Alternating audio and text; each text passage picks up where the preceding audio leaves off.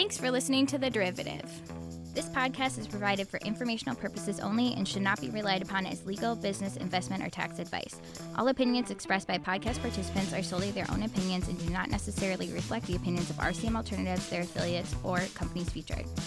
Due to industry regulations, participants on this podcast are instructed not to make specific trade recommendations nor reference past or potential profits, and listeners are reminded that managed futures, commodity trading, and other alternative investments are complex and carry a risk of substantial losses. As such, they are not suitable for all investors. Welcome to The Derivative by RCM Alternatives, where we dive into what makes alternative investments go, analyze the strategies of unique hedge fund managers, and chat with interesting guests from across the investment world. Got millions of points of data to start out the model. So you subdivide the atmosphere into a grid, a three-dimensional grid, and each of these grid cells is a few kilometers on a side, say 15 kilometers on a side, covering the entire globe. And then vertically in the atmosphere, you've got like 50 or so layers too. So if you multiply all that out, you're talking somewhere, I can't do the math right now, but we're talking millions of different grid points. And each of those different grid points, you have to solve the fundamental physical equations that govern the flow of the atmosphere. So you're doing these calculations every few seconds.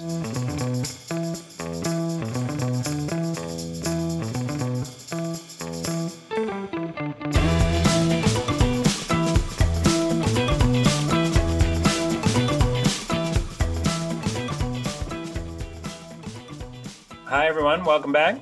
It's not only tweets and retail option traders that affect the day-to-day movement of the markets. Other worldly forces can affect the market and hurt it just as much. And today's topic's one of those worldly phenomenons, hurricanes. Billions of dollars in damage, oil refineries shutting down, crops destroyed, all from the wrath of a giant storm we named Sally or Teddy or something. So to break down the who, what, why of these storms and the math and modeling involved in protecting us from them, we've got the hurricane master, Dr. Jeff Masters, joining us for today's podcast. Jeff's a hurricane scientist who's hunted down and reported on them for over 34 years. Also co-founded the Weather Underground and authored one of my favorite blogs on the internet back in the day, the Cat 6 blog, which I used to read like a kid with his first Harry Potter novel anytime there was a storm brewing.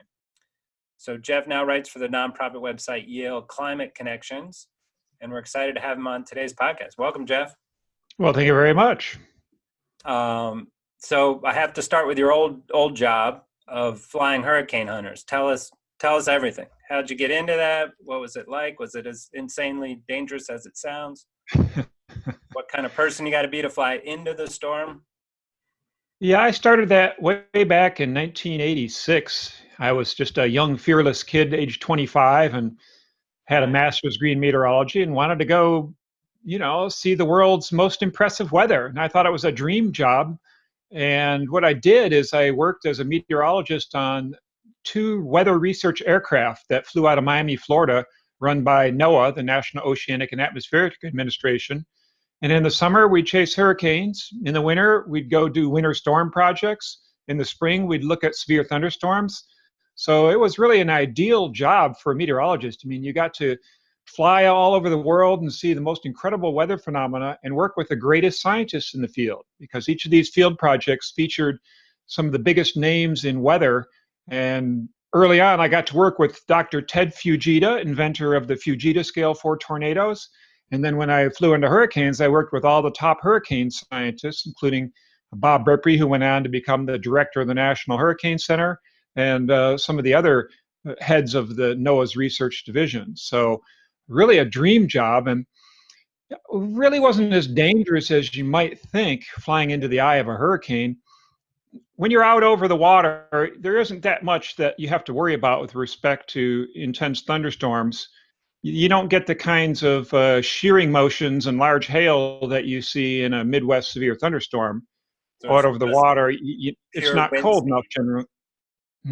Just pure wind speed is the issue there, but that's fine. The plane just handles it. Well, planes don't like wind shear. I mean, wind shear when you're flying is bad because that means you've got a different loading on one part of the aircraft versus the other. Say you got a 100-mile-per-hour wind blowing on the nose and a 40-mile-per-hour wind blowing on your tail, then that's going to skew the aircraft. It's going to kind of skid through the air. And even worse is in the vertical, if you get kind of updrafts and downdrafts. If your tail's in a downdraft and your nose is in an updraft, that really gives you a bucking motion. And in a hurricane, you can get some pretty intense G-forces if you go into the eye wall, which is the most intense part surrounding the calm eye. And there have been a few missions in the past before I joined the hurricane hunters where the plane got in trouble in intense turbulence in the eye wall. And you worry if you're flying too low and the pilot can't control the aircraft, then you'll splash into the ocean. Not ideal. And then Well, eventually, generally you don't fly in at low altitude. You go in at 10,000 feet, and that gives you a lot of room for error if you get a big downdraft. I mean, a lot of times you'll hit a downdraft and the pilot can't control it. You go down 500 feet or 1,000 feet in just a few minutes. wow. So Yeah. if you're flying at 1,000 feet, then you're in the ocean. Do you ever lose your lunch? You ever get sick? Was it kind of bucking all the time?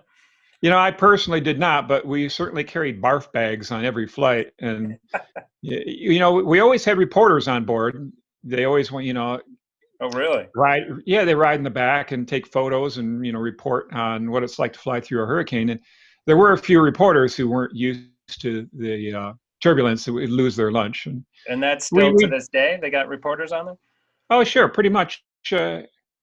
I mean, you can get in line and fly down to Florida and get on a hurricane hunter flight if you're a journalist. I don't know if you qualify there, but right, maybe I will. I can do that. Yeah, right. Yeah, go for it. What kind of planes are we talking? Are these specialized planes, or they're 4-engine turboprop planes, okay. And they were originally built for anti-submarine warfare for the Navy, P-3 Orions.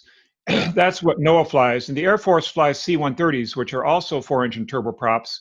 And a turboprop is really pretty ideal for hurricane flying because you've got the power of a jet engine, that's the turbo part, but you've also got a propeller blade, which means that it flies slower and it gives you more control. So it's better to fly slower through intense turbulence because that means that the wind shear on the airplane is less. If you're flying faster, that means you're going through intense changes in wind more quickly, and it provides more shear on the aircraft surface, which is more dangerous. So the P-3s are really ideally suited for hurricane flying. All right, awesome. So then you hung up your spurs on that and started Weather Underground. What drove that decision?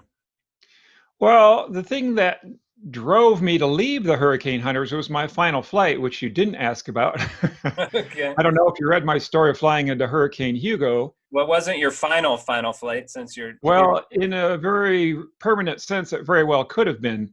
We were flying into what we thought was going to be a Category 3 hurricane out over the Atlantic. And we went in at low altitude, 1,500 feet, thinking it was going to be a Category 3. And it turned out to be a Category 5. And you shouldn't be in a Category 5 at 1,500 feet. Very dangerous. And sure enough, as we were penetrating through the eye wall, we quickly realized we were in over our heads. We started getting 2G accelerations where you're twice the force of gravity pushed into your seat, and then 0Gs where you're dangling weightless. But once you're in the eye wall, you got no choice but to gut it out and make it all the way through to the calm eye because you really can't do much maneuvering. You've just got to go for it and get through it. So during this 2-minute penetrations, it started getting worse and worse. The winds were 140, 150, 160 miles per hour, 170. And we're just hanging on. The pilot's having trouble controlling the aircraft. We're bucking all around. We're skewing through the air. And at times, I don't think he was really in control of it. But finally, we got right near the eye, which of course is calm, and you can start to see it brightening up. And I said, oh, it's brightening up out there. We're going to make the eye. But right then, the plane hit the most catastrophic updrafts and downdrafts ever encountered by the hurricane hunters. We hit a 40-mile-per-hour updraft, followed by a 20-mile-per-hour downdraft, followed by a 30-mile-per-hour updraft, all in the space of 7 seconds. Wow. And that's a tremendous amount of wind shear. And at the same time in the horizontal, the winds went from about 180 miles per hour down to 70 miles per hour. So the plane's skidding through the air and bucking. We hit 5.7 Gs of acceleration. The plane's only rated to 6 Gs. Wow. The pilot lost control of the aircraft, and we started plunging down towards the ocean. And our number 3 engine caught on fire at that time too. And So fortunately, Yeah, I was thinking this is it. I was thinking like, this is what it's like to die in battle. I was saying my prayers, literally. Fortunately, we popped into the calm eye right then. The pilot was able to pull us out of the dive about 900 feet above the ocean and extinguish the fire in the engine that had caught on fire.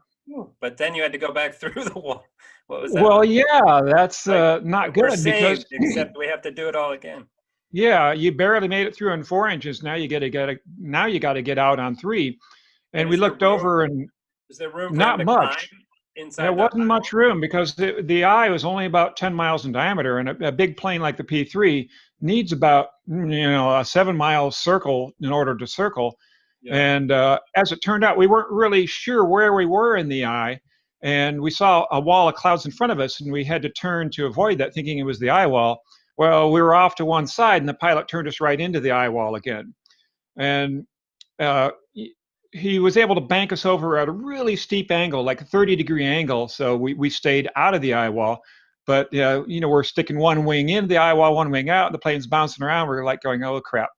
And the engine needle on the one good engine on that wing is going into the red. But fortunately, he was able to pull us out of that sharp turn, level us out in the eye. And then for an hour, we circled inside the eye, trying to gain altitude to get out of the eye at a calmer spot. Wow. So that was that. You said enough of this nonsense. Yeah, that was my last flight. And we managed to exit out of the eye thanks to some help from the Air Force hurricane hunters, who actually sent a plane in to find a soft spot for us. They penetrated in and out of the eye a bunch of times for us, and we finally, followed them out where they found the calmest spot. Why do they? Yeah, we went back. Why are there two sets? Why don't they just have one? The NOAA, right? Why does the Air Force also do it? They were there for the National Hurricane Center for operational data, to help them with their real-time forecasts. And we were doing a research mission. Okay. So we were doing a non-standard flight pattern going in and out of the hurricane to take data to better understand how they work and to, help hurricane researchers make better forecasts in the future. Now, have you ever flown commercial again? Did you say no more flying ever, or you just said no more hurricane flying? No more hurricane flying. No, I was happy to fly commercial again, but to this day, I don't like getting on a roller coaster. I bet. The ultimate roller coaster. So then hung up those wings, so to speak, and started Weather Underground. Well, I went back to PhD school back at the University of Michigan, and I was majoring in air pollution science. And while I was in PhD school, this was back in the early 1990s, I found out about, hey, we got this cool thing here called the internet, which I'd heard of but didn't know much about. Yeah. And so I found out we had a satellite dish on our roof that brought in all the world's weather data. And there wasn't really any good way to look at it. So as part of a graduate program. University of Michigan, you're saying? Yeah. Yeah. So as part of a course I was taking, I wrote a little C program to take the incoming data, format it, and make a nice little menu-based text system where you could type in a 3-letter airport code and get the latest National Weather Service forecast. So you type in, ORD, and you get the forecast for Chicago from the National Weather Service. And that was cool enough that, we launched it as a service available not only just to the university, but we figured out how to make it available worldwide. Just because of the magic of Unix, you can have anybody on the internet access your computer. So we did that, and within a few months, it was going viral basically back in 1991, 92, and we were getting people from all over the world, accessing this little. It was called a telnet session for weather. Huh. So from that humble beginning, my PhD advisor Perry Sampson said, "Hey, I bet I can get a grant proposal from the National Science Foundation to take this idea and expand it." And over the course of the next few years, from that humble beginning, we made an educational project called Weather Underground that did K through 12 weather education based on the internet. And it was kind of the perfect marriage of science education and the internet because, what better way to do real-time science than to do weather stuff on the internet? And the National Science Foundation was very enthusiastic about it. And we got several $1 million worth of grants up until 1995 and started doing graphics. And in 95, when the commercial web came along, we said, hey, let's make a business out of it. And the university and National Science Foundation were both very supportive of that. In fact, that's kind of one of their missions, is to, spin off companies like that. And that was the genesis of the Weather Underground as a company. It was a university-based project that got its start from a little program I wrote. Predate the weather.com and Black Skies and all this stuff. Yeah, we were there before the Weather Channel was online. In fact, they sent some of their people up to the University of Michigan campus to talk to us to figure out how did these guys do that. And we ended up probably giving away more than we should have, because they ended up founding a very successful website that was then our competitor. Right, and then they ended up buying you, right? Yeah, though, that was the ultimate tribute to your opponent, is to not only imitate them, but actually take them over. And they did buy us back in 2012. And then, so somewhere in there, you started writing the Category 6 blog. Was that from the beginning, or that was just always part of Weather Underground? I don't remember exactly when I first started coming across it, but loved all the deep dives on everything to do with, which I would call hurricanes. Would you call them tropical cyclones? Yeah, sure. The blogs weren't around back when we founded the company. Yes. Really, that didn't start until the early 2000s. And in 2005, some of my coworkers said, "Hey, Jeff, why don't you start writing a blog?" And I'm like, "What's a blog? That sounds really dumb. I hate that word. What's a blog?" And they said, "Oh, you just write online about current topics, and people comment on it, and it's social media." Well, I thought this was a dumb idea, and my first few posts showed very low effort. I think my second post was only 2 sentences, and I basically wrote about atmospheric phenomena like rainbows and halos, and I didn't know what to write about. But so who cares about this stuff? Yeah, right. And then finally, I figured out, oh, hey, I know a topic to write about, because back then, our competitor AccuWeather tried to pressure the legislature to pass a law to basically make it so only private companies could issue weather forecasts, outlaw the National Weather Service from making weather forecasts. And I thought that was a horrible idea. And so I used the blog as a platform to agitate against that. Yeah, that was the genesis of our blog back in the day, of complaining about regulators missing some frauds in our industry and whatnot. Like, when you have a bee in your bonnet, so to speak, the words just flow out, right? Yeah, that was a great platform, because a lot of people were interested in that. It was very politically explosive, and it really got me into writing for an audience. And then the hurricane season of 2005 came along. A few months later, I started that blog in April, and then by June I was talking about, okay, we got Arlene. And now, then a whole cascade of, the 2005 hurricanes started coming. We had Cindy, we had Dennis, we had Emily, and then eventually Katrina came, and Rita and Wilma. It was just nuts. So I spent the whole rest of the year basically blogging, and didn't do much else. And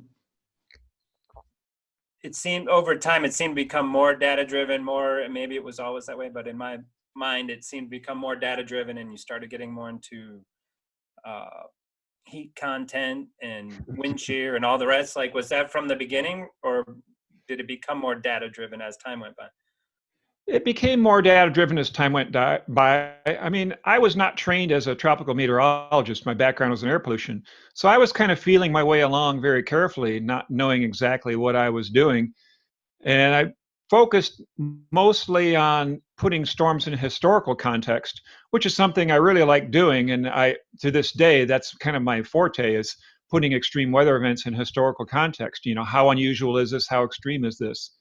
Yeah. So, as time went on, I gradually learned more and more and got more technical, because I wanted to share with people just what I was understanding, and make it so they can make their own forecast, draw their own conclusions.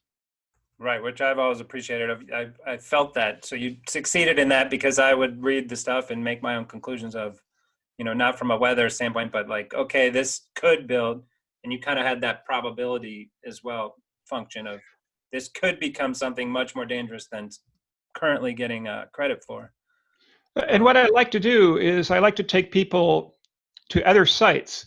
I mean, what you see typically back in the day, weather sites would only showcase their own stuff. But I wanted to really take people. Okay, here's this researcher with the Hurricane Research Division of NOAA and what they're doing. Here's what the National Weather Service says. Here's what a colleague at a university is doing. Really tried to make it to show you the cutting edge stuff that was happening in all of meteorology, to get people excited about research going on and get people to understand about how climate change was affecting storms.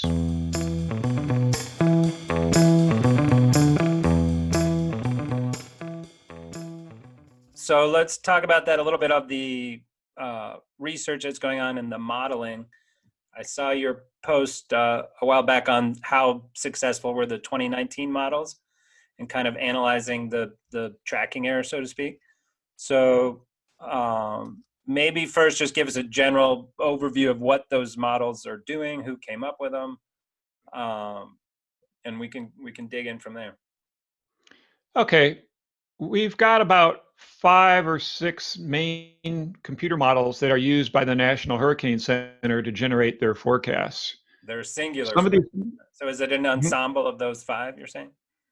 well, typically if you look at the National Hurricane Center forecast they put out, it's never all that different from if you average together 4 or 5 of these top models. It's called a consensus forecasting technique, and it's one of the things that they learned over the past 20 years as to how to make a better forecast. Don't rely on one model.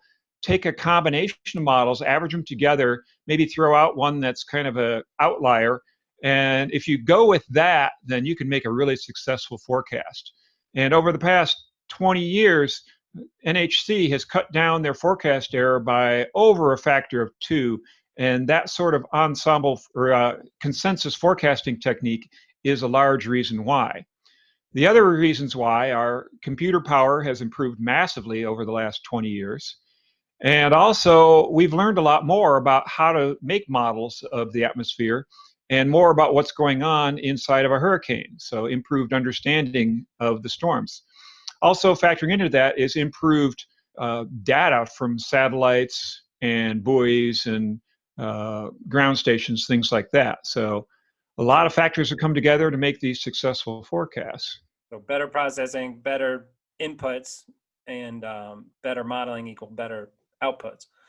And yeah, so, and you were asking about what these models are and where they come from. I mean, there's one that comes from the European group. That's the best model out there, the European Center model.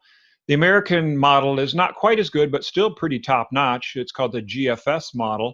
And then we've got some labs run by NOAA, like the GFDL lab, which does the 2 of our top intensity models, one called HWRF and one called the they keep changing the acronyms on me. The name escapes me now. We're not. We're masters of acronyms. Yeah, we won't write it down. And so, how many inputs are going into these models? It's hundreds or thousands, or is it relatively simple? What's it look like? I mean, you've got millions of points of data to start out the model. So you subdivide the atmosphere into a grid, a 3-dimensional grid, and each of these grid cells is a few kilometers on a side, say 15 kilometers on a side, covering the entire globe. And then vertically in the atmosphere, you've got like 50 or so layers too. So if you multiply all that out, you're talking somewhere, I can't do the math right now, but we're talking millions of different grid points. And each of those different grid points, you have to solve the fundamental physical equations that govern the flow of the atmosphere. So you're doing these calculations every few seconds and pushing them through time out to 7 days or so. And at the very start, you're taking data from satellites, from ships, from aircraft, from ground stations, from buoys, and coming up with an initial picture of what the atmosphere is. And that's really a hard problem, and it's something the Europeans are doing the best. It's called data assimilation, because you've got all these heterogeneous sources of data that aren't being taken all at the same time. And you have to get all that together and come up with an initial point for your model to start making its forecast from. Right. So that's kind of an Internet of Things type of problem, right? Of like, yeah, you have all these connected devices and connected things, but how do I bring all that data into one repository and model it? That's right. So how are You they know, doing that? Just it's interesting that a big part of that data source is data from commercial aircraft. And ever since the COVID-19 pandemic hit, we have fewer aircraft up there flying, taking vertical soundings of the atmosphere. And that has degraded the quality of our models over the past 6 months or so. Really, that's something you don't think about every day. So how does that work? The airplanes are logging that, and then it gets downloaded when they land, or it's real time going to some Real shared time. They server? send the data real time. They've got sensors on. The most important data they take are at takeoff and landing, sounding through the atmosphere. And probably we're seeing, a few percent degradation in the models, maybe as much as 5% in some situations due to that lack of data. And then the data's all free. Anyone could build a model and use it, or right? Or everyone's putting it out there, or is it government by government? How does that work? Mostly it's free. Yeah, if you're making your own model, certainly it'll be free. But if you're a commercial entity, then you usually have to pay for the European Center data. The US data is always free. Any hedge funds reaching out to you saying, hey, can you build a model for us so we can do this on our own? Right? That's a big thing in our space of alternative data is what they call it, right? There's a satellite counting how many cars are in a Target parking lot, things like that. But it seems this would be right up their alley of, hey, we're going to Yeah, I build our own mean, model that's better than any of this. yeah, I mean, the data's free and out there, and the techniques are well known. Certainly, you could build a better model with the investment. And it's so funny to me. Why is it called the European model? Just there's a bunch of Europeans in a room, or it's like their European Weather Service or something? Right, it's a consortium. It's called the European Center for Medium Range Weather Forecasting. And all the countries in the EU got together and provided funding to have this laboratory that goes and runs supercomputers and makes modeling efforts. And this is for the entire climate and weather patterns, not just for hurricanes? Or is it That's for the just whole world. It's for not just for hurricanes, it's for all kind of weather forecasts, anything you might want to look at. Okay, so the European model is not just when that hurricane's coming in towards New Orleans, it's going to hit 6 miles east or west, and the cone of uncertainty, all that is just part of their normal model that's saying there's going to be rain in Frankfurt tomorrow. Yeah. I mean, it's a global model that's got grid boxes 15 kilometers on a side. So all you got to do is look at the 15-kilometer grid box over New Orleans where they expect to see a hurricane, and there you've got your forecast. Right. But we're talking, so are those different things though than the tomorrow's forecast and the intensity models and the hurricane track and the cone of uncertainty, all that? Yeah, there are specialized hurricane models. Okay. There are two kinds of models that the National Hurricane Center uses for their hurricane forecasts. One are the so-called global models. Okay, that includes the European model. It includes the American GFS model. Those models subdivide the entire globe into a 3D grid. And those models are also used by everyone to, make forecasts for wherever they happen to be in the world. But there's also a specialized hurricane model that only zooms in on the hurricane itself. For instance, this HWRF model, it's got a nested grid that goes down to, I think, like a kilometer and a half, zoomed right in around the core of a hurricane. And then it's got another grid that, of coarser resolution going out a few hundred miles from the hurricane, and then a third grid at even coarser resolution covering, most of the globe. So that's very specialized, and they use very special techniques to initialize what the hurricane is doing. The European model doesn't have any of that. It's not specialized. It just runs a forecast for the whole globe. And some of these hurricane hunters are dropping instruments into the eye wall. That's right. The one specialized Twister hurricane movie? model, HWRF, takes data from the hurricane hunters and puts it into its model. And that data, some of it will get into the European model and the global GFS model, but not all of it. So the hurricane hunter data is absolutely critical for making a good intensity forecast. And the best source of intensity forecasts we have is are some of these specialized models that can utilize the hurricane hunter data. And let's talk about that intensity for a minute. It seems to me from reading your stuff there, in my naive view of this all, it used to just be all about the wind speed. And at least as I've become more educated on it, that's just one of, three main factors, which is the surge, the flooding possibility. I think we've seen more and more recently, right? If that storm's just stalled over Texas, it seems, but any area, the flooding is the worst. The rain is the worst threat. So do we need a new scale instead of Cat 5, or right, that takes all these pieces into effect? Because it seems like you could have a fast-moving Cat 5 that might hurt a little teeny place on the landfall, but then it's rather non-event for everywhere else. Whereas you could have a Cat 1 that dumps tons of rain and is a way bigger issue. Absolutely. Yeah, the 1, 2, 3, 4, 5 Saffir-Simpson scale we use to rate hurricanes is based only on wind and doesn't take into account some of the chief hazards, which can be storm surge and flooding rains. So it's wholly inadequate. We really need to go away from the rating 1, 2, 3, 4, 5 just based on winds. Because as you noted, well, for instance, during Hurricane Harvey, I mean, that stalled for days over Texas and dumped up to 60 inches of rain and caused a $100+ billion disaster. Most of the time while it was doing that, it was just a tropical storm. So catastrophic impacts and just a tropical storm. Hurricane Florence back in 2018, similarly, only a Category 1 at landfall, but it also set all-time rainfall records in multiple states, 20, 30 inches of rain in some of the Carolinas, and over $20 billion in damage. Again, very slow moving, dumped a lot of rainfall. There really should have been a different warning put out for it. I was saying in my blog, hey, it only says Category 1, but this is a Category 5 flood threat. We really got to come up with a better system of making that known.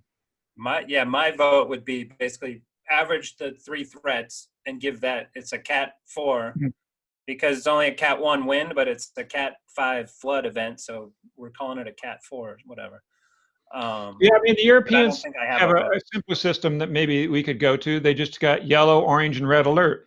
And basically, red alert is unprecedented. So for Florence, we would have given a red alert for North Carolina, said, this is going to be unprecedented rains. You're going to see a rainfall flooding event like you've never seen before.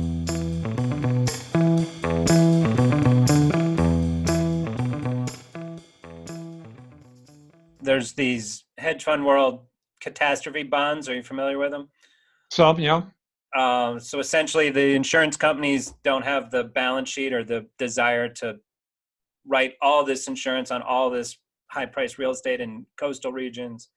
So these financial gurus came around and said, hey, we'll help you sell catastrophe bonds, which basically the investors in those bonds, if there's no hurricane damage, they'll get a yield and they'll get a return. If there is, they could lose the whole value of the bond. So instead of a company going bankrupt, there's a catastrophe, their bond goes bankrupt.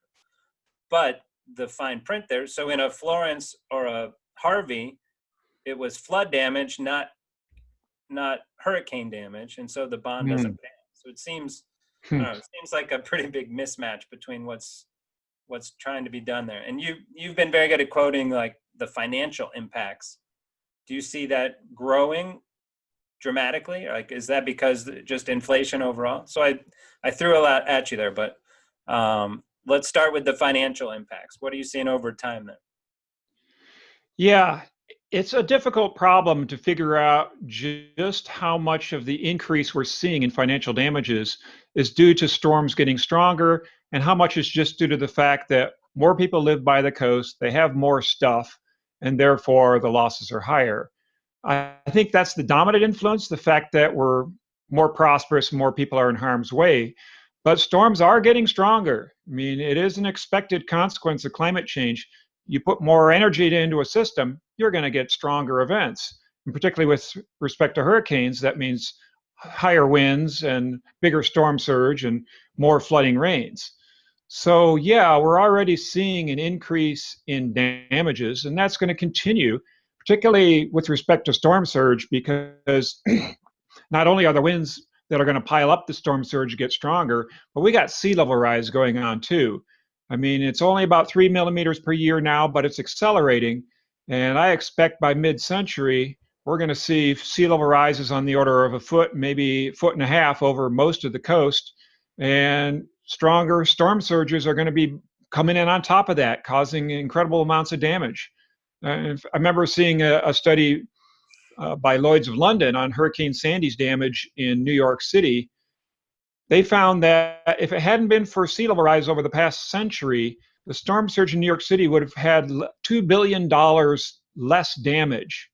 So 2 a billion foot of less. storm surge can make a big difference in your damages. And how are they calculating these damages, or how do you get those numbers? That's insured losses or just total estimated damage? That's total, because insured losses, a lot of people don't have flood insurance, and they aren't required to carry it for places, for instance, behind levee systems where they supposedly have 1 in 100-year protection.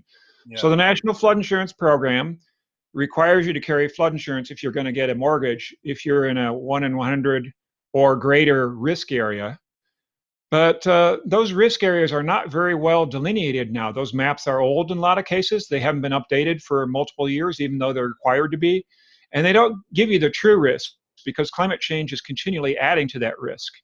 So there's a lot of flood insurance that isn't being carried. So I always just look at total damages, not insured damages. It gives you a truer picture of what's going on. Nobody really knows what the total damage, right? It's still some sort of estimate. Yeah, it is. I mean, the rule of thumb that the Hurricane Center always uses is that total damage from a hurricane is double the insured damage. So that's probably within a factor or two, but in some cases it won't be, I'm sure. Do you personally have issues with like the insurers not covering, right? Oh, that was a flood caused by a hurricane. Still seems like it should be covered by your hurricane insurance. You want to wait? Yeah, I mean, with these sort of multi-threat storms, I mean, it should be made clear what the insurance is for. I mean, yeah, if you're not getting flood coverage as part of your damage, then it invites abuse of the system. Yeah. What about you living in Michigan, and we see 10 years of increased activity on the coast, and the federal government has to keep rebuilding and bailing these people out? Like, yeah, like there's societal issues there, or like why do they keep rebuilding there and we keep exactly as a country? Yeah, I mean, I had a meeting with my my rep in the House of Representatives where I brought up to her, hey, we're subsidizing these people to live in risky areas along the coast. Us in Michigan, we don't have hurricane exposure here, yet we're taking our tax dollars and paying for people to build on barrier islands, paying for people to build in floodplains, paying repetitive lost properties. I mean, I remember reading about one place on Dauphin Island in Alabama, a barrier island offshore, where some of these properties, which are rental properties, the owner doesn't even live there, have been rebuilt 4, 5, 6 times over the past 20 years. And the amount of money that taxpayers have put into it are several times the value of the property. It just doesn't make sense. We should be retreating from barrier islands, not rebuilding. That's probably an unpopular opinion in the developer world, right? Yeah, well, it's very unpopular. I mean, politics is king and money talks. But what's going to be happening is pretty soon we're not going to be able to spend the money to defend everywhere along the coast that's going to need it. We're going to get storms hitting over wider stretches of coast at higher intensity, causing more damage. And there simply won't be enough money in the pot to rebuild everywhere. I mean, the National Flood Insurance Program is already over $20 billion in debt, and that's after multiple debt forgivenesses over the past few years. So to protect or to rebuild, you're saying, or both? Both. We're going to need to do a lot of protecting. We're going to need to build a lot of seawalls in the future. We already have a few. I mean, New Orleans, they spent $14.6 billion after Katrina to rebuild that levee system. There are several in New England as well that were all built in response to hurricane disasters in the 1950s. Providence and New Bedford, for example. And we're going to need one in Galveston. We're going to need one in Tampa Bay.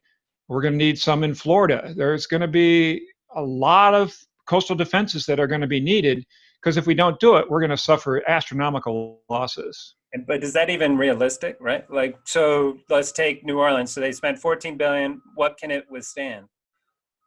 It can withstand a Category 3 hurricane. So basically something that's got a 1 in 100 chance of happening in a given year, which means over a 30-year period, it's got about a 26% chance of happening.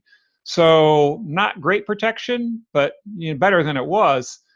So it's questionable whether that money was worth it. I mean, so far it's worked out good. I mean, New Orleans has withstood a couple of storms since the rebuild, but it's not going to last forever. I mean, it's going to get overwhelmed at some point, and we're going to have to abandon New Orleans. Right. And like I grew up in Vero Beach, Florida, which was at 05 or 04 when they had 2 hits right there. 04, yeah. Yeah. So every year they'd add sand to the beach. Every year it gets swept away. And they kept trying to defend the boardwalk there. I don't know what the cost of taxpayers was there, but it was like, it's just insanity. It seems like of keep adding sand, keeps getting washed away. And whole houses, our house was on the beach. We eventually sold, moved away, and it was maybe 300 feet between the front of the house and the boardwalk down to the beach. Now is maybe 50 feet, which is just natural erosion. But that seems insane. And I wanted to touch on 1 in 100-year storm. That gets used a lot in finance, and I think incorrectly perhaps. Usually when someone's saying, oh, we could have never foreseen this loss this month, there was a 1 in 100-year move in XYZ asset. Do you feel like that's a true thing in the weather and climate, or is it kind of used in the same thing of just kind of meaning unlikely? A better way to look at it is that it's a 1% chance of occurring in a given year. So in 100 years, odds are it'll happen once. But you have to understand that if you keep on adding together that 1% chance each year, it accumulates. Like I said, over a 30-year period, a 1% chance yearly event is going to happen at 26% of the time. So that's probably a better way to look at the risk. And the risks aren't stationary, they're shifting. I mean, a 1 in 100-year storm due to climate change is going to be more like a 1 in 20-year storm, maybe in 30 years from now. It's going to be that bad that the risk will increase because you're making stronger storms. Sea level rise is happening, so that the damages are going to go up, and we're going to see a lot more damaging storms, 1 in 100-year storms in the future. But do you think even extreme weather hurricanes are normally distributed? So 1 in 100-year probability is based on a normal distribution, right? So if we're talking about the height of people, right, that works. If we're talking about financial markets, it doesn't work, right? 1 in 100-year things happen way more frequently. The tails are fatter. So I guess are the tails fatter than what we would expect and what we're building levees based on a 1 in 100-year storm? Yeah, the fat tails are the big issue here. It's not the everyday, sort of somewhat extreme events. It's the tails that are going to kill us. And those tails are a lot fatter than we think. And there's synergistic effects that we don't understand that are going to bite us, that are making those tails fatter. Let me give you an example. Okay, this summer, we had a just insane wildfire event in California and Oregon. We had, still going on. Really intense drought, intense heat wave, some of the hottest temperatures ever recorded, and bad fires. Okay, well, you'd expect to see that with the climate change warming up things and drying out vegetation. Okay, yeah, we're going to get worse fires, but these were so much more worse than even those expectations brought us to believe because of the winds that came. Now, why was it so windy? Well, we had a really unusual jet stream behavior during that event. The jet stream kinked into this position where you had a really intense ridge over the western US and a deep trough over the Rockies. So intense, in fact, that 2 days after Rapid City, South Dakota recorded 102 degrees Fahrenheit, they had snow on the ground. So we're talking weather whiplash of the most extreme variety you can imagine. They don't believe in climate change in Rapid City, South Dakota either. No, they don't. Colorado also, they had 5-6 inches of snow 2 days after getting 100 degrees. Wow. And that extreme event, what it did is generate this really powerful once in a generation sort of wind event over Oregon, where you had incredibly strong tropical storm force winds blowing offshore, fanning these fires, causing the firestorm that we saw in this ridiculous air pollution episode, catastrophic losses. Okay, so why did the jet stream do that? Okay, well, now here's where we get into the synergy between what climate change may be doing to us to fatten the tails of these distributions, these extreme events. For one thing, Arctic sea ice was at its second lowest value on record this year. We saw a massive heat event in Siberia over the summer. Ridiculous temperatures. It got to 100 degrees in Siberia for the first time on record this summer, north of the Arctic Circle. All that heat caused a lot of melting and made the Arctic sea ice coverage the second lowest next to 2012. Now, there's a lot of research showing that when you take away that much Arctic sea ice, it has a synergistic effect on the atmosphere and climate. It causes the jet stream to do weird stuff. Could it have caused a jet stream to do the weird thing we saw in South Dakota and drive this offshore wind event over Oregon? Perhaps. The jury's still out on that. But what we do know, what caused the jet stream to behave that oddly, was the fact that there was a huge typhoon that hit South Korea 3 or 4 days before that. And that typhoon moved all the way up into Russia, and it caused a ripple effect on the jet stream. So it made the jet stream kind of go boing and cause this oscillation. Yeah. Okay, well, typhoons do that all the time. But what was unusual about this typhoon is it was at near record strength because of near record warm waters. In fact, record warm waters off the coast of Japan and Korea. Japan had its hottest temperature on record this summer in August. They hit an all-time high over 105 degrees. And those record warm waters caused a near record strength typhoon, which then jumped into the jet stream, causing it to go boing, causing this weird oscillation over North America that drove this offshore wind event and this catastrophic firestorm that we saw. So you're saying it's a complex system. It's a complex system that we're pushing hard in really unknown ways that are going to combine together to cause crazy things that we didn't know could happen. When based in financial world, when we talk about these complex systems, we're increasing the fragility, right? So yeah, the more complex it is, the more little things can cause something else to break elsewhere, essentially. Yeah, and the complexity is also in the human systems that we have. Now, if we've got, for instance, a pandemic going on, right? Yeah. That changes our response and our risk and our vulnerability.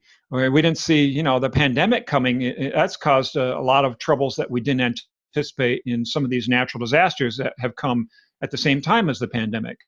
Okay. There are all these interlocking systems that have failure points that we don't understand, and they're going to come bite us. So so climate change, we've been touching all around it. So you're obviously, with you, I don't think there's camps that anyone should be in. It's real. You see the data every day. Like, how do you think about it personally in terms of what we can do, where we're headed? What are your thoughts overall? And it seems you joined Yale because they're kind of furthering that mission. Yeah, I mean, the big issue is communication. We understand the science well. The scientists are all on board, unanimous, that we're risking our civilization by putting so much heat-trapping gas into the atmosphere to cause extreme events like we're already seeing. It's only just beginning. I mean, we're seeing about 1 degree centigrade of warming so far over pre-industrial. The rate we're going, if we're lucky, it's only going to be 3 or 3.5. I mean, and we're already having trouble handling 1. So basically our civilization's not going to be able to withstand the type of global warming we're pushing onto it. So we have to understand the risks, and we have to start preparing, and we got to stop, building in vulnerable areas. I mean, it just doesn't make sense to be building in floodplains and on coasts, and out west in what we call the WUI, the wildland urban interface, next to trees that are going to burn. So all these high risk sorts of activities. Say that one again. What's it called? What's it called? The WUI, wildland urban interface. Large reason for the losses we've seen in recent years is too many people are living next to forests because it's nice to live next to a forest and they're vulnerable to fire. And so, but from your view, it's not a catastrophic 6 years from now we're all going to die. It'll be we're kind of the frog boiling in the pot, right? It's going to be more extreme weather, but also talk through that a little bit. It's not just going to be more extreme. There might be periods of relative calm, right? It seems in volatility, Sure. We're going to have both sides of that effect. Yeah, there are years where things are not going to be so big a deal. And then there's going to be years where, like 2020, where things just kind of go nuts. And we've had a number of those years. 2010 was the first one I noticed with the Russian heat wave and drought that caused a spike in food prices because the Russians stopped shipping wheat due to the drought. And it caused the Arab Spring revolts in the Middle East, where you had multiple governments toppling. So you're going to have years like that. And then in between, you'll have years where it's not that big a deal. And you'll go on like, oh, yeah, this is kind of what it was like in the 20th century. But you're going to see a few years that things are going to get really broke. I mean, where we haven't really had one yet, where you're going to get, I mean, we saw Katrina in 2005 that kind of gave us a wake-up call, but there's going to be multiple events happening worldwide that are going to cause a collapse or partial collapse of the food system is my concern, where now we can't feed everybody because, okay, we had a massive drought in Russia and Europe that knocked their wheat crop down. They can't ship out wheat anymore. At the same time, maybe we had a ridiculous flood in the US that flooded all the fields and you can't grow crops there either. And in Brazil, they can't ship soybeans because fires or floods there caused the closure of their road system, which was vulnerable. You're going to have a synergistic collapse or partial collapse of the food system that's going to cause a big crap moment globally, where everyone in the financial sector is going to say, oh, we should have seen this coming but didn't. And how do you trade that, for lack of a better term? How do I trade that? Trade it, right? Like, what if that's a possibility? What do you put in your portfolio, or how do you view protecting yourself against those eventualities? Yeah, I mean, gold is always the hedge, right? But gold didn't do that well this year, surprisingly. Right. So I'm not a gold person, but sure. I was just wondering if you think of it, and I'll come back to the food issue. Do you tie in your research into actual crop yields and things of that nature, or you're just speaking in generalities of there could be drought? No, I do write about the fragility of the food system, and there have been a number of studies coming out, talking about just what I did about synergistic, they call it multi-breadbasket failures, where you've got multiple grain areas that have a crop failure that cause a partial collapse of the food system. And you got to think about when that happens, you're going to see mass migrations, okay? Yeah. You're going to see people leaving these areas where it can't sustain them anymore, coming to the borders. And in fact, a big reason that the U.S. southern border is having such a big crisis down there is because of a multi-year drought that happened in Central America, particularly Guatemala, Honduras, those nations of Central America. The drought has driven a mass migration, and a lot of those people have showed up at the southern border. We're going to see a lot more of that. That is just beginning. There's going to be millions, maybe hundreds of millions of people that are going to be turned into refugees due to chaos in the climate system, crop failures, that kind of thing. And what would the solution be? So everyone should grow their own crops, so it's not so globally, so you're not relying on it coming from one of these areas that could have an issue. Problem with there is if you're Guatemalan and there's a drought and you can't grow your own crops, what do you do? Yeah.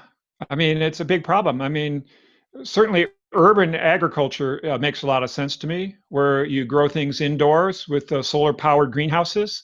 Yeah. They could certainly do that in Central America, but water availability would be a problem in a lot of areas. When you get a drought, where do you get water to grow your crops? You can't do it. Drought has been the single biggest cause of the crash of civilizations in Earth's history. When the crops dry up because they don't have rain, when there's no water to drink, people leave. You can't do anything else. There's no water. You can't live without water. Speaking of water, they're just launching a water futures contract, I think.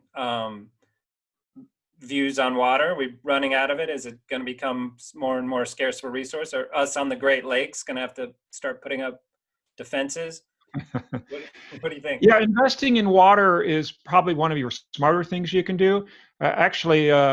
One of the smart things I did as far as my personal investing goes is I bought property in Michigan's Upper Peninsula. Very wet up there. I got a river running through my property. So, land where there's water is certainly a really smart investment. The Great Lakes, get warmer there, right? Yeah, certainly going to get warmer. I mean, there are going to be winners and losers. There's a great document put out by our government called the National Climate Assessment, which talks on a state-by-state level how we expect climate change to unfold. And that's worth reading for your particular area to see, what the stressors are going to be and what we can do in our particular area to defend against it. And was it your blog, or did I read somewhere else of that you're not seeing people vote with their money yet, right? That the people aren't moving to these more climate protected areas. I can't remember if that was your work or not, but there was someone outlined in Upper Peninsula is one of them of like, if you're worried about climate change, here are the few areas that would be ideal to live in, but there's not an influx of people going there. So it kind of shows you're right. People aren't worried about it yet. Yeah, it's true. It's not happening yet. It's going to happen. We're already seeing near coastlines where property values for low-lying properties are not going up as fast as they are for ones at higher elevation. And we're going to see some areas, Miami comes to mind, where there's a risk that a big storm coming in could cause a crash in the real estate market, cause people to move away, no more money coming in to support the state government. And you could see a mass exodus from some place like Miami sometime maybe sooner than we think, 20, 30 years down the road, maybe even 10 years down the road, if you get a massive hurricane come in and flood a large section of the area. Did you read, there was an article in The Atlantic about a year ago, they sent a reporter down there to pose as a condo buyer. And it's hilarious because 8 out of 10 of the people just lying through their teeth of like, no, it's not a problem. We put in these pumps. And the guy was well prepared. He's like, well, the pumps can only handle so many gallons per hour. If it rises, it's going to fail. And then there was one guy who was honest. He said, yeah, this is a huge problem, but you're going to flip this thing in 2 years. It's not going to be your problem. But it was scary, entertaining, and scary at the same time. Of there's just, they're still shilling it down there. Yeah, there's a great book by Jeff Goodall, the Rolling Stone reporter, called "The Water Will Come," where he talks about Miami and some of the real estate, stuff going on down there. It's pretty crazy. The idea is to build as fast as you can to bring in more money to keep the system from going underwater, because you can spend the money to, raise the roads, put more pumps in, that kind of thing. Now, what someone should do the Lex Luthor, right, and like buy up the middle of Florida, and then it'll become the new coastline, right? A lot of land that's not a bad idea, right? Yeah.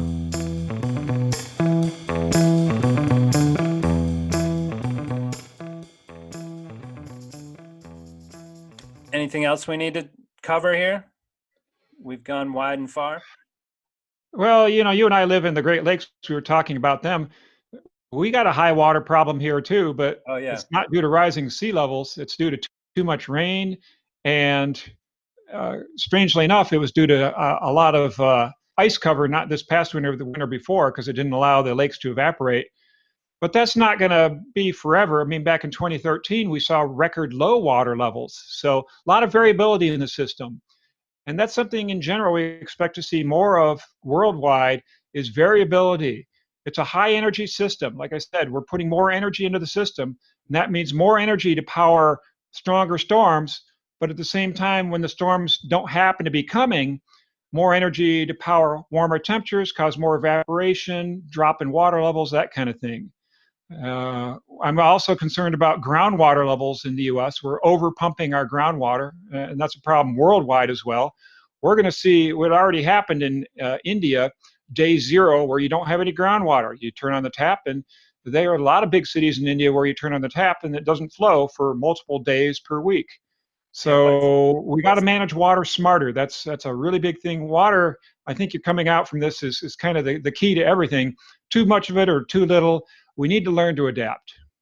And well, the issue is it's not very transportable, right? So you'll have way too much water in one area, not enough water in the other area. How do you, everything else in our world now that's instant.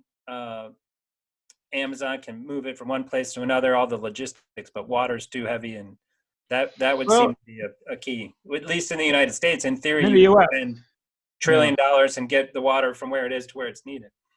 Well, it's not an issue in China. They're building massive multi-billion-dollar conduits to ship their water around.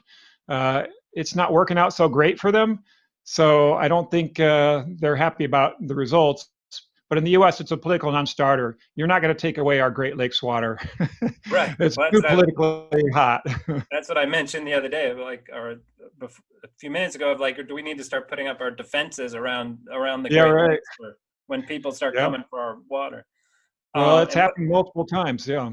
what's the big reservoir like Texas, Oklahoma? That's almost at zero, right? Isn't there a big groundwater Yeah, reservoir? The Ogallala Aquifer. Yeah, and Yeah, it's that's been almost overpumped. tapped out. And in California, it's bad too. They've been overpumping there. And certainly the Colorado River watershed's in dire trouble.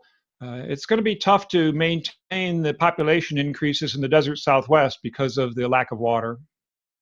Um, Great. Well, let's finish on some positive, so we don't all. Okay.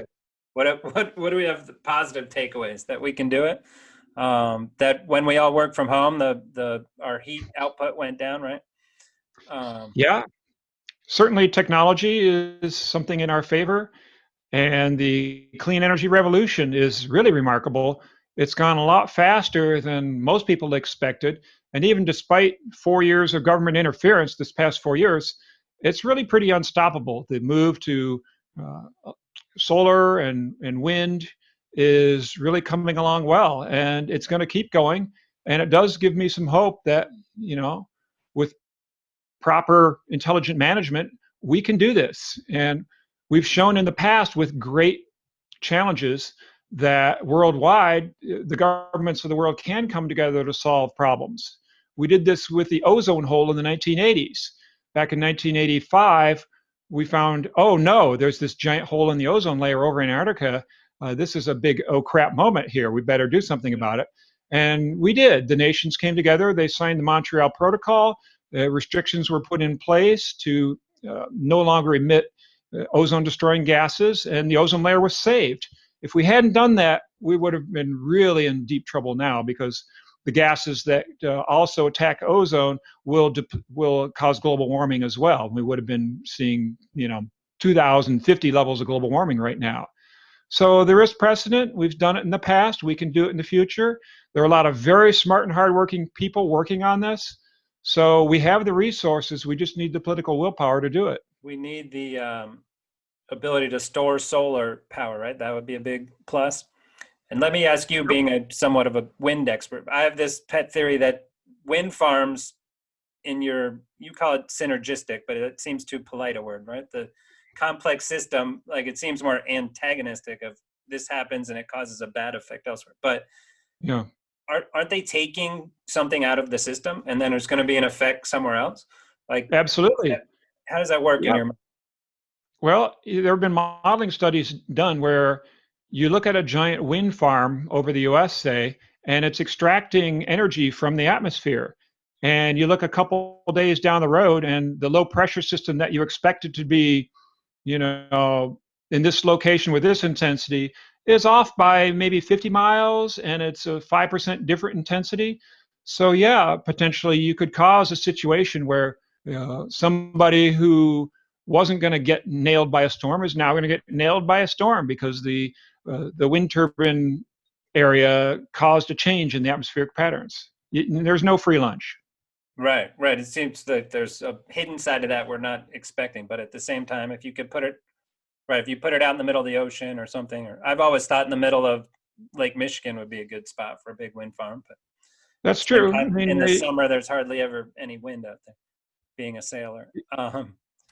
Yeah, you got to worry about ice because the lake's ice over, and ice is bad for structures.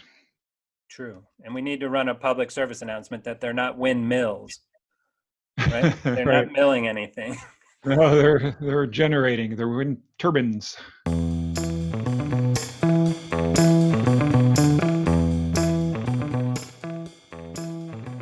Great. Well, let's go on.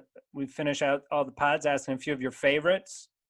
So, favorite Michigan Wolverine of all time. You a sports fan? I am a sports fan. Favorite Wolverine of all time. Boy, that's a hard one. There have been so many. I think Anthony Carter, the wide receiver, because when I was an undergrad, he caught a pass with no time remaining to win the game, a 45-yard reception with the score tied. So I'm going to look that one up. all right. Favorite hurricane, if that could be such a thing. I don't know if like. Well, my least favorite was Hugo, obviously, since Yeah. it nearly killed me. Hurricanes are fascinating, and certainly the stronger they are, the more fascinating they are. And the one that kind of boggles my mind is Hurricane Patricia of a few years ago, 2016, off the coast of Mexico, 215-mile sustained winds. That's like, if there were a Category 7, it'd be a Category 7. So that's what we have to look forward to in the future, or plan for in the future, more Hurricane Patricias, because eventually one of those is going to form and hit the coast, and it's going to be a real eye-opener. I mean, we're talking, once it comes in, that's like EF4 tornado damage over a path 30 miles wide, something like that. And that spun up in the Gulf of Mexico? Or was no, it was in the Eastern Pacific off the coast of Mexico. Okay. And it turned out that it weakened right before landfall. It only hit with 150-mile-per-hour winds, but still caused a lot of damage. And it didn't hit a very populated section of the coast. But something like that could have just as easily formed in the Gulf of Mexico, hit Tampa Bay or Houston. And the day is coming when we're going to see a $500 billion storm hitting the coast of the U.S. It's a lot of dollars. Well, it's going to cause a recession. I mean, yeah, the day is coming. I mean, Hurricane Katrina was 1% of GDP, and that was a $150-ish billion storm. So think about maybe a 5% GDP storm. That's going to come. And you can't solve that with debt, right? The Fed can't, solve a hurricane. The Fed can't. What about some people's idea to detonate a nuclear bomb inside the hurricane? It seems to me like you'd get a lot of radiation spread all over the world. Probably a bad idea. Plus the fact that hurricanes generate like 100 nuclear bombs of energy per second. The hurricane's just going to look at that and go, what's that? This little pinprick. It's nothing. Really? It's not going to do a thing except cause a mass catastrophe of nuclear contamination. And is there any way to cool down the waters? There is. Yeah, you could potentially cause a hurricane to weaken by running it over an area of ocean where you pump up cold water from deep using pumps at the surface. There have been some modeling studies done on it. It is feasible, but I worry about what's that going to do when there's not a hurricane, or how's it going to affect weather program or weather patterns? Is it going to cause a drought? It could very well cause circulation patterns that cause drought. Drought is as big a deal as a hurricane, more so. Like I said, drought is the main enemy of civilization. It's caused more civilizations to collapse than any other thing. So, right. So you'd get the New Orleans people would vote for a complex system of underwater pumps, but the Midwest might say, no thanks. We need our grain. We need no droughts. Yeah, the day may be coming where we got to resort to the Hail Mary. And that's geoengineering, which we're talking about now, to deliberately modify the climate to reduce the impacts. We can cool down the climate. We can cool down the ocean to reduce hurricane strength. Should we do that? Oh boy, we don't know what we're doing now. It's really risky to be deliberately messing with things on that scale. Maybe we'll have to do it to save ourselves, but I sure hope not. I am not an advocate of geoengineering, but I think it's okay to be studying it for now. There's a lot of research being done on it. And I mean, maybe one of these schemes will work out, spraying salt into the air over the oceans to reflect sunlight and cool the planet, spreading sulfur in the stratosphere to reflect sunlight and cool the planet. These are some of the geoengineering ideas out there, and they can work, and they would work. But boy, we better know what we're doing, and we better not have any other choice. That leads me to your favorite climate porn movie, for lack of a better term. All these movies about geoengineering and The Day After Tomorrow. And The Day After Tomorrow was so hideous.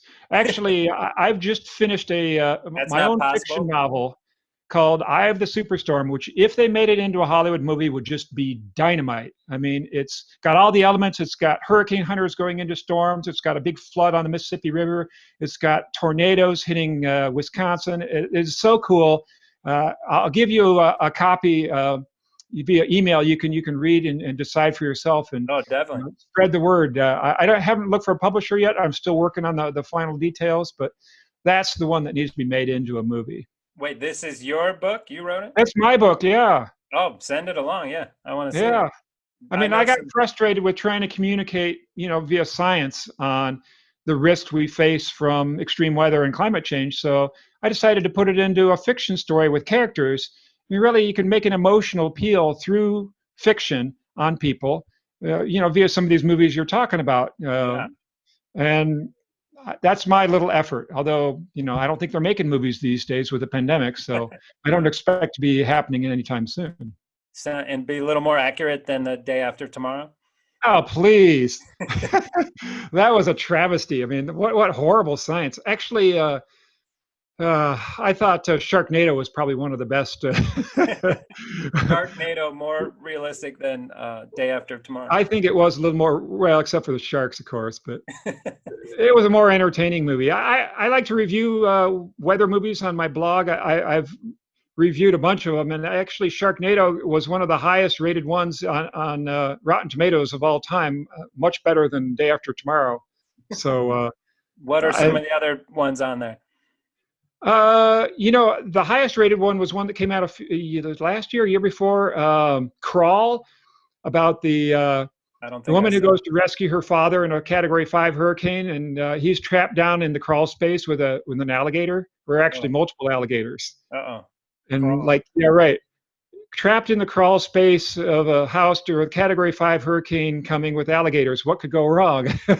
He's in Louisiana or Florida or where? It was Florida, yeah. All right. Ooh. But it's a problem. Most of these movies are just awful. Their science is awful. Their melodrama, the writing's awful. The acting's terrible. I mean, I didn't. Twister was just so bad. We did an event where all the people from my school, my grad school, went to see it. All those meteorologists, and we were laughing so hard at how bad the science was. The people in front of us had to leave. We'd be going, ho ho ho, stratocumulus, no way. Right. But they actually drop those droplet things into the hurricane hunters, like Twister? Those little mini. No, the way they did it in Twister was not the way the hurricane hunters do it. The hurricane hunters, they have a cylinder with a little probe that falls on a parachute, and it radios back information as it dangles on the parachute. It's about a, $800 probe or something with GPS on it. Pretty sophisticated piece of equipment. All right. Cool. And then we'll finish up. We ask all our guests' favorite Star Wars character. Oh, it's got to be Yoda. Okay. Nice. He had the Force so strong with him. I had a guess you were going to say. Hey, this is nice. My AirPods holder, but yeah. Oh, perfect. Yeah, he would have been at one with the climate and making sure it's all, synergistic, as we said, right? That's right. Use the Force. That's what we need to do. We need to use the Force. Use the Force to defeat the weather force. Use our force of our intellect, of our morality, of our creation, of our civilization. We have all the tools we need. We just need to band together to do it. Just do it. I love it. All right, Jeff, thanks a lot. It's been fun. Okay, likewise.